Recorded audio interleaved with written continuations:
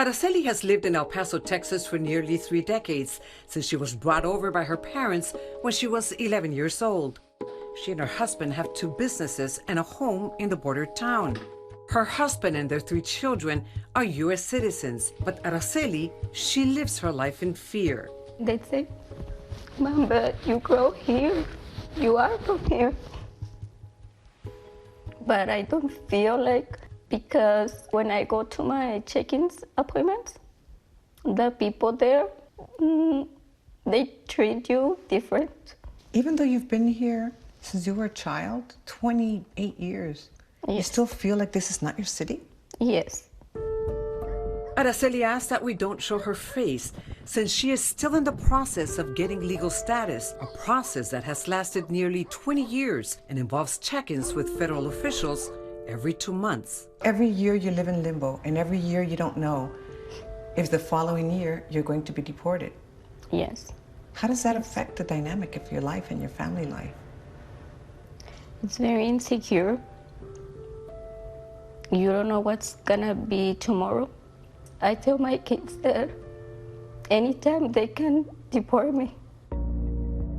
And now, a new state law could make Araceli's situation even more complicated. Senate Bill 4, or SB 4, makes it a state crime to cross the Texas-Mexico border illegally, authorizing local law enforcement to arrest and detain some migrants, and also gives state judges the power to order some migrants removed from the U.S., an authority that currently only the federal government has. Those caught and prosecuted could face up to 6 months, while repeat offenders could face a second-degree felony and up to 20 years in prison. The law prohibits police from arresting migrants in public or private schools, places of worship, and healthcare facilities. Governor Greg Abbott signed the bill into law just last month, and it's scheduled to go into effect on March 5th. But it's already become a flashpoint among activists and politicians across the state and in Washington. We're not trying to target any particular race, color, creed, anything like that.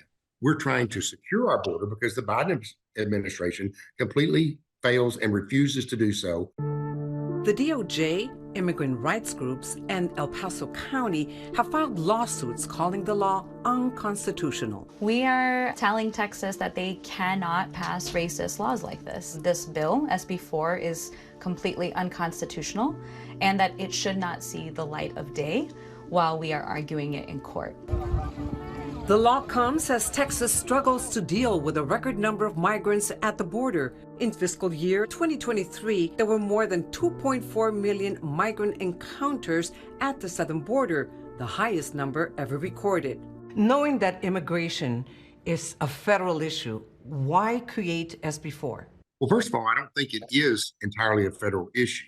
I believe that all states, including Texas, have the absolute right, authority, and ability to secure their state. Representative David Spiller is one of the authors and co-sponsors of SB 4. We're not going after people under SB 4 that have been here 3 years, 5 years, 10 years, 20 years. We're not going after someone's grandmother that's been here 50 years. That's not the purpose of SB 4. We're trying to combat the problem that we have on the border. But so far, the law has created a lot of fear and confusion. The proponents of SB 4 claim that this law is meant for recently arrived immigrants, not people who have been here for more than 2 years. In practice, is that accurate? Absolutely not. I would say to them, you should have done a better job writing that law. It applies to every single person in the state of Texas, no matter how far away or close they are to the border, who does not have lawful status or proof of lawful status at the time they're stopped by law enforcement. Jennifer Babai provides legal support to migrants through Las Americas, one of the groups legally challenging the law. She is concerned how this law could impact her clients, like Araceli. Araceli does have a reason to be afraid. When we talk to her, we understand and we appreciate why getting in a car and going on the highway where there are police would be terrifying. Because why should she trust that that police officer would understand the complexity of her case and not punish her and put her in jail and separate her from her family? Are you worried that if SB 4 goes into effect on March 5th, like it's scheduled to, that you could be detained and deported? Yes. Is there anything that you can do about that? No, I can't do anything because the only ones that have the rights, because like I said, this is not my country. So are you afraid? I'm afraid, yes. Araceli has been waiting for an answer for years as the immigration system faces a backlog.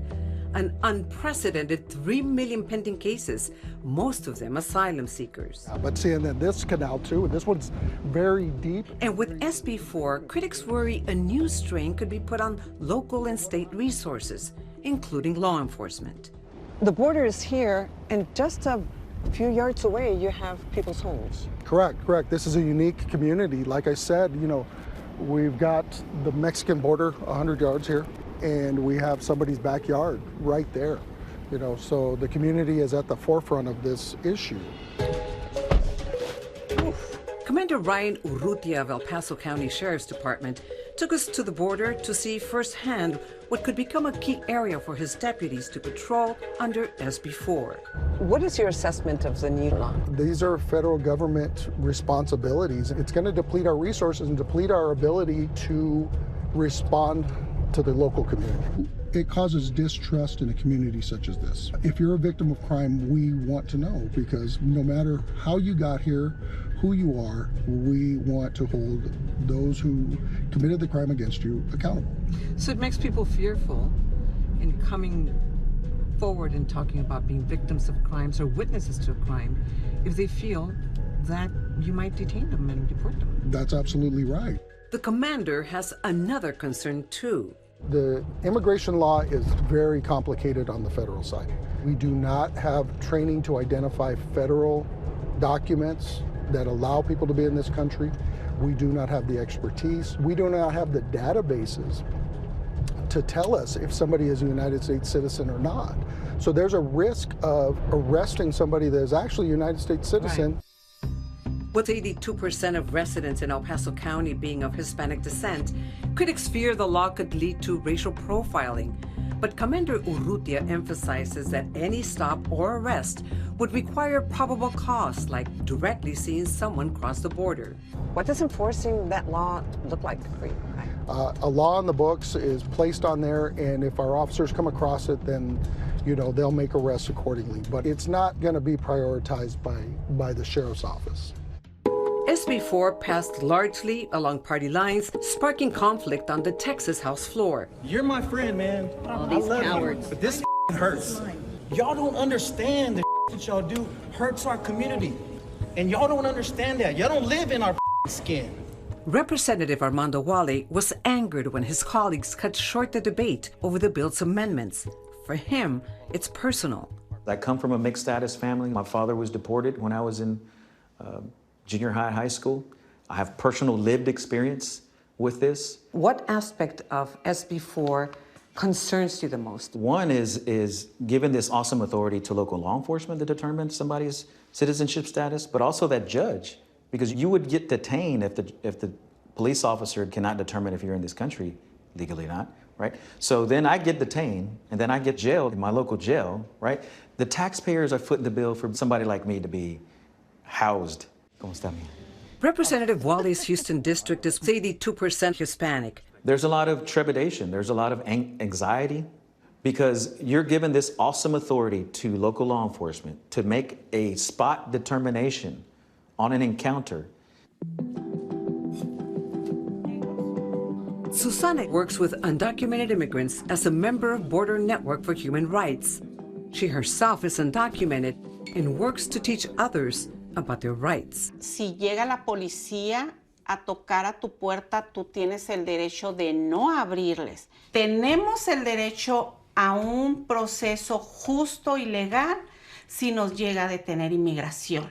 You say that you are not afraid, but if SB4 does go into effect, will that change the way that you feel? No, pero sí tomaríamos más precauciones, porque no podemos encerrarnos, no podemos dejar de llevar nuestra vida normal. Some feel empowered, others fearful, but many have a similar message. What do you want to say to Governor Abbott and the legislators that approved this law? We're all humans. And we all have feelings and family. Hi everyone, George Stephanopoulos here. Thanks for checking out the ABC News YouTube channel. If you'd like to get more videos, show highlights, and watch live event coverage, click on the right over here to subscribe to our channel, and don't forget to download the ABC News app for breaking news alerts. Thanks for watching.